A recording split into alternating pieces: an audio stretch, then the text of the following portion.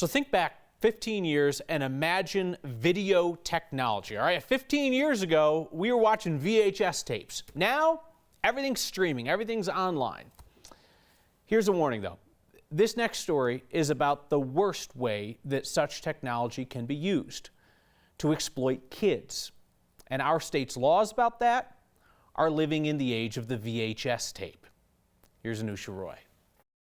There will be certain images that we've come across in this work that will never leave my mind. You know, it's a curse in the sense of that will never leave me, but it is also a motivating factor of why it's important that day in and day out we strive to do better. As many as 40 child porn cases come through the Larimer County District Attorney's Office every year, and most of them end up in front of Brian Hardwin. That child has to know it will never go away. He has been doing his best to prosecute those responsible, but the law hasn't always been on his side. Hasn't been really updated in probably 15 years, and that was just to update the language to show that movies no longer are only on VHS tapes. The law is so antiquated, it's worth repeating that the last time Colorado's law regarding child porn was updated is when people were still using VHS tapes. Fast forward to 2020, where streaming videos using webcams and sharing links are becoming more common, and that means proving possession is a lot more challenging, forcing some prosecutors to make deals they don't want to. As we were concerned about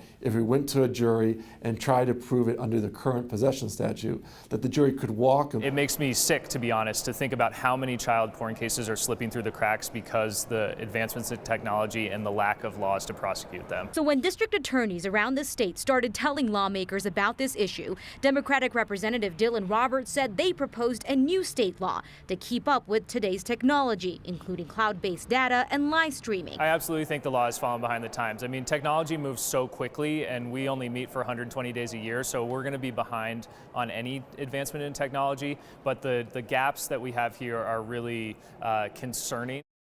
There are also some concerns that expanding a law like this could mean that innocent people could get in trouble. Hardwin says that could include juveniles who may be consensually sending images to each other. But both him and Representative Roberts said that that shouldn't be the case. But they said the key right now is just to make sure that this law is written very clearly and has a narrow focus. And so it's going to be up for debate again next Tuesday, so in about a week. Anything that comes through the legislature that's going to cost a dime has to have like a price tag attached to it and how they're going to come up with the money. This will have a cost. Yes, so what they're saying is that they don't have a cost yet, but what they want to do is increase a surcharge. So basically anyone who is convicted of a crime like this would have to pay a higher fine to the state. And then they want to use that money and put it towards software to investigate these cases, basically towards resources that the state doesn't have yet. And so the question would be, does that allow the state to be able to keep up with the number of cases they're dealing with now? All right. Thank you, Nusha.